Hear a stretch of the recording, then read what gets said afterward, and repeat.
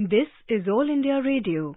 In the program Spotlight, now we bring you a discussion on cabinet decisions. The participants are Shekhar Iyer, political analyst, and Neelab Srivastava, journalist. The Union Cabinet today met under the chairmanship of Prime Minister Narendra Modi. And as we all know that the cabinet meeting is usually done every week to take policy decisions, to give approval to the policy decisions of the central government. In today's meeting also, there were at least three major decisions that were sanctioned by the cabinet. The first that we will take up is on the government approving sanction of over rupees 973 crores to the State Bank of India as the reimbursement related loan moratorium that was implemented in 2020 when COVID-19 struck not only India but across the globe. And there was a cabinet briefing also on these three cabinet decisions. Union Information Broadcasting Minister Mr. Anurag Thakur briefed the media about it. Mr. Iyer, the cabinet decision on sanctioning the funds, what is it exactly about? In the context of this COVID-19 pandemic, government had approved in October 2020 a scheme where the difference between compound interest and simple interest accrued by borrowers in specified loan amounts, they were approved in the sense that that amount would be given by the government to the banks so that the banks can adjust those amounts against the borrowing. Now, we know for a fact that during this period of COVID, many people could not pay the monthly installments, which involves a portion of the principal as well as the interest. So, since they could not pay, the interest penalty had accrued on their name. So, a scheme was envisaged, which was announced in 1st March of 2020. Again, it was renewed in August. At that time, the outlay was 5,500 crore. Now, after that, when the whole thing was redone, it was seen that the nodal agency was SBI. So, whole amount of 5,500 crore was dispersed to SBI, which was the nodal agency, to reimburse the lending institutions so that they don't charge the borrowers. Now, it has been seen that the State Bank of India has received a consolidated claims of 6,474 crore. So therefore, the balance part, which was not approved, so the State Bank had approached the government seeking that the remaining balance amount of 973.74 crore should be approved so that take care of that part. See, what is important is during this period, this was a kind of a relief to these borrowers because MSME loan itself amounted to about 2 crore. Then because under the scheme, these things were covered. MSME loan up to 2 crore, education loan up to 2 crore, housing loans up to 2 crore. Then people who had taken consumer durable loans, that was up to 2 crore. So all these were covered under this particular scheme, this ex gratia payment. And that is how the State Bank managed to give almost 6,473 crores or 474 crores. Now, but the amount to be covered was even more. So they had to, come back to the government for the remaining portion, which was 973.74 crore, which was approved by the cabinet today. But it is very important to remember that this particular decision, actually gave a lot of relief to the borrowers who could not pay their housing loan, they could not pay their car loan or bike loan. And this took care of, whatever interest that would be there between the compound interest and simple interest for 6 months of that period. And also, if I remember correctly, the Finance Ministry had earlier said that these entire borrowings can be reimbursed with the central government. And I think in that effect, as you clearly mentioned, Mr. Iyer, that this was reimbursed now, this particular decision of the cabinet today. The other decision, I think this was part of the Cabinet Committee on Economic Affairs, and it approved an infusion of rupees 1,500 crore in the Indian Renewable Energy Development Agency Limited, which is abbreviated as IREDA. Iyer Saab, is this something to do with the kind of new and renewable energy that the country is looking to harness upon and also on the employment sector?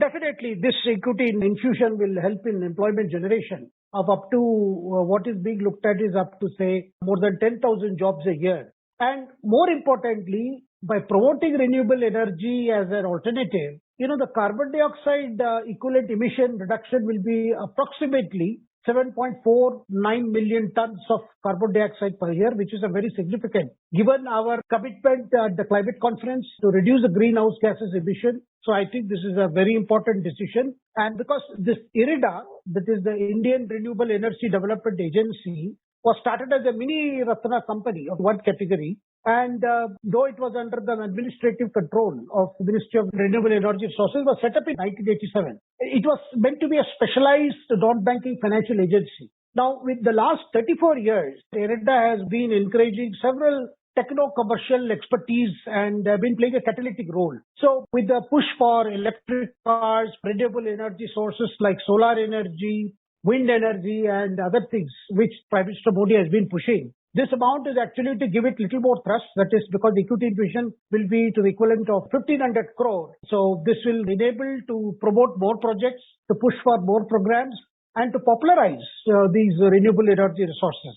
I think it's a very good decision considering India's commitment. Though we are a developing country, our requirements on energy are quite a lot. But nevertheless, I think what has happened is we have seen that the government is forging ahead. We have seen particularly how the railway sector has cut down emissions by converting more and more into electrified traction. That's a very important thing. Our diesel locomotives have been converted into electric locomotives. And also the efficiency of operations has improved so that in terms of pollution control and in terms of betterment of quality of air. So it's very important that an organization like IREDA has sufficient capital to encourage and promote use of renewable energy. Mr. Iyer, also when we talk about going forward, the kind of clean energy, as you mentioned, that India is also harnessing and is looking forward to tap, but connecting this with the kind of employment generation that the country has. And now, if I can read from the government statement, it says that this equity infusion will help in generation of almost over 10,000 jobs in the new and renewable energy sector.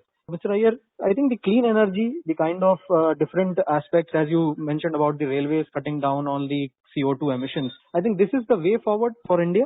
Definitely. You see, the green energy, it can create actually lots of jobs, though the target is now a very modest 10,000 jobs. But I see it as a situation where ultimately by 2030, when the government intends to actually discourage use of petrol vehicles which use fossil fuels, we are seeing a situation where the idea is that eventually all of us must look at the future with the view that we have to shift over to, other sources. We cannot continue to depend on fossil fuels. And one thing encouraging, you're already seeing a lot of electric bikes are out in the streets of India. You can see that in major cities in Mumbai, Pune, Bangalore, Hyderabad. I can see a lot of youngsters going for electric bikes, which are subsidized by central government and the state government. And many of the state governments have announced schemes for road tax-free kind of a situation where these vehicles are available at a cheaper subsidized rate for the promotion. So you can imagine when such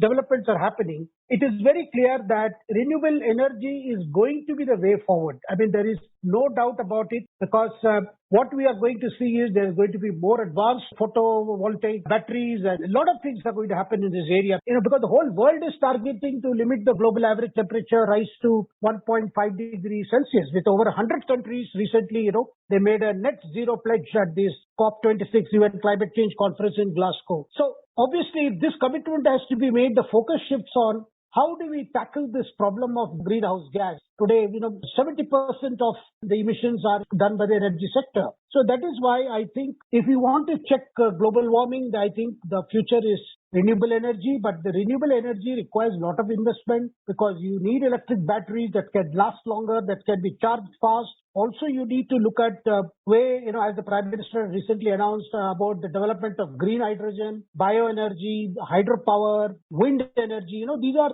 several new areas which hold a lot of promise. If you go down south, you can see that even as you travel in a train, you can see windmills chugging along over farms, which gives you a feeling that, a lot of farmers are, shifting to wind energy in areas where the wind speed is available for sufficient category so that, you can generate power for use in farm. Of course, solar energy will be a preferred choice, and we are going to see that the development of solar energy would require, more and more specific, systems which takes care of what I call the agri-voltaic project, so that you will have to produce very thin cells and then usage of materials for better energy conversion. Technology will require advanced robotics also. And that also requires, grid management because renewable energy has to be connected to the grid. The challenge is, when you are encouraging local energy management, you will have to see that from generation stage to the storage stage, the technology is available at a much competitive price. Absolutely. Different facets of the new renewable energy and the kind of strides that the world is taking and India is marching its steps ahead.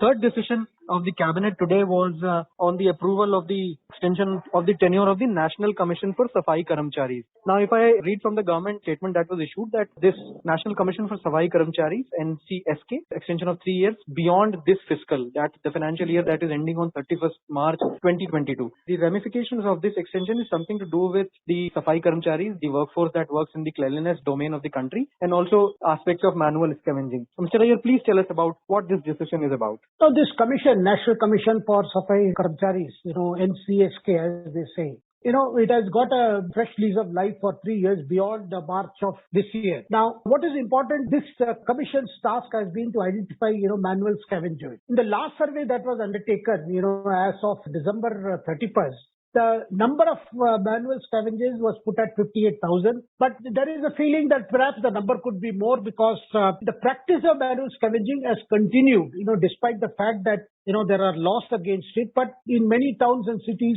we know that this practice may still be continuing. And the idea is that the commission is further empowered, given a fresh lease of life, so that these people are identified and specific schemes are undertaken for their betterment. Because this commission, for Safai Karamcharis has been giving its recommendations to the government regarding specific programs, and it has also been studying and evaluating the existing welfare programs.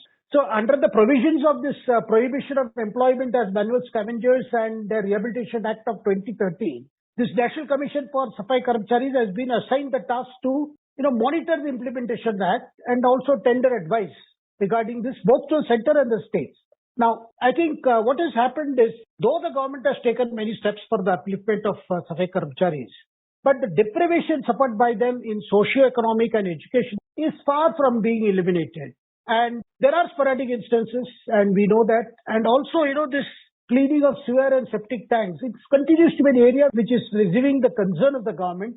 And this commission, with its new lease of life, is expected to further look at this issue and see what can be done, because it requires continuous monitoring. And that's why I said, it's almost a decade that we banned it. But during the COVID also, Nilabji, you would recall, the COVID warriors, were risking their lives so much, particularly the sanitation workers. That's why government acknowledged their work by shoveling rose petals on them, and the Prime Minister even thanked them. And, during the second wave of COVID-19, we know that at least 25 sanitation workers lost their lives.